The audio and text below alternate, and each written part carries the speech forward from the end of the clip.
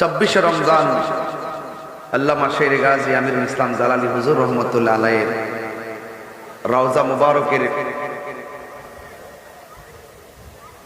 সরঞ্জামাদি এবং সংস্কারের জন্য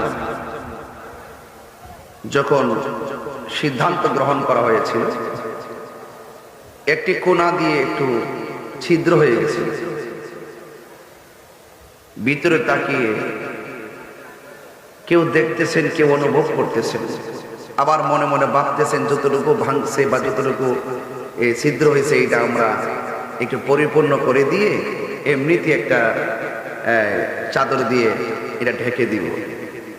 আবার পরিবারের পক্ষ থেকে যারা ওনার নিজস্ব খাদেমরা আছেন তারা মনে মনে ভাবছেন এই যেহেতু হয়েছে একটু আমরা একটু অপেক্ষা করি, আমরা এটা কি করব, কোনো নির্দেশনা আসে কিনা। সুবহানাল্লাহ বলতেন না? দরবারের পক্ষ থেকে শাহজাদি, ওনার আওলাদের পক্ষ থেকে কয়েকজন দেখলেন যে ভিতরে কিছু দেখা যাচ্ছে না। আবার ওনারাই ভাবতেছেন না, রওজাতেই তো থাকবে, এটা শরীয়ত, এখানেই থাকবে, আর তিনি সেখান থেকে সকল প্রেমিককে দেখা দিবেন, সেটা রুহানিয়ত ভাবতেছেন আর কি। তখন ওনার দরবারের শাহজাদি স্বপ্নে দেখলেন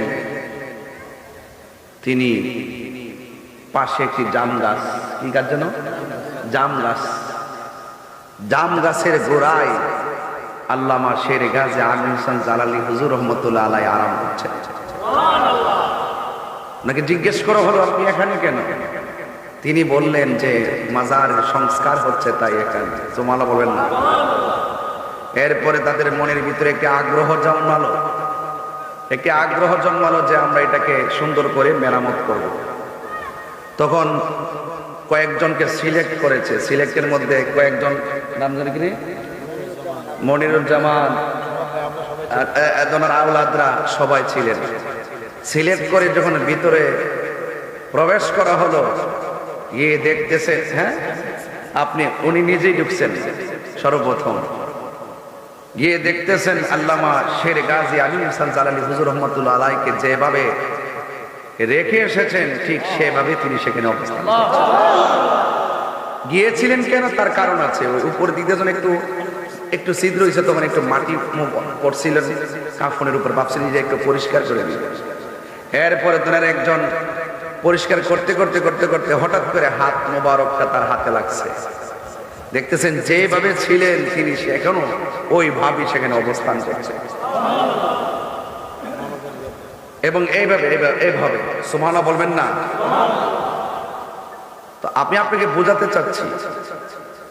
বোঝাতে চাই ওই সমস্ত জাহেলে মুরাক্কাব নায়েবে শয়তান যারা ওলি আল্লাহর মাজারকে ভাঙার জন্য দৌড় মারে, কথা কন না, ঠিক কিনা? আপনারা বলুন আল্লাহর ওলিগণ রওজাতে জিন্দা না মরা? পরিষ্কার কথা বললাম, মান আদালি ওলিয়ান ফাকাদ আযানতুহু বিল হারবে। যারা ওলি আল্লাহর সঙ্গে গাদ্দারি করবে, ওলি আল্লাহর সঙ্গে শত্রুতা করবে, এরা জলে পড়ে ধ্বংস হয়ে যাবে। অনেকেই তো ভেবেছেন সুন্নিদের যে কি অবস্থা হয় আল্লাহই জানে। সুন্নিরা কাহারও দালালি করে না, সুন্নিরা মদিনাওয়ালার প্রেমের দালালি করে। আমার ভাইকে বললাম যে উনারা বক্তব্য শুনে মনে হচ্ছে সুন্নি, কথা কন না? আমি কি একসে সংসার করছি ওনার সাথে, চলাফেরা করছি? Morning shows the day. সূর্য দেখলে বোঝা যায় দিনটা কেমন যাবে, চেহারা দেখলে বোঝা যায় কে আশেকে রাসূল। কথা বলেন ঠিক না ঠিক? সুতরাং আমি অনুরোধ করে বলবো, যেই নেতার ভিতরে হুব্বে রাসূল আছে হাত দেন, কষ্ট নিয়েন না। যে নেতার ভিতরে সুন্নিয়ত আছে সেই নেতার আমরা ভালোবাসি, হাত তুলে কোন ঠিক না বেঠে? সভাপতি হুব্বে রাসূল হৃদয়ে আসে, তাহিরি জাহিরি জালালিরা তাদেরকে ভালোবাসে। হুব্বে রাসূল নাই, কোটিপতি হোক, লক্ষপতি হোক, আমরা তাদেরকে চাইরা নেওয়া মূল্যায়ন করি। সবার আগে আমার ঈমান। আরে 9.5 লক্ষ বছর ইবাদত করার পরও লানতের শিকল গলায় লেগেছে মহব্বত না থাকার কারণে।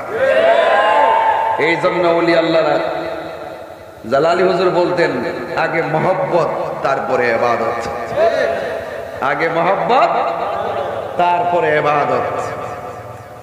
এই জন্য ভাইরা আমার, আমি খুব বেশি লম্বা যে করবো আমি কিন্তু ওইরকম হিসাব করে আসি নাই।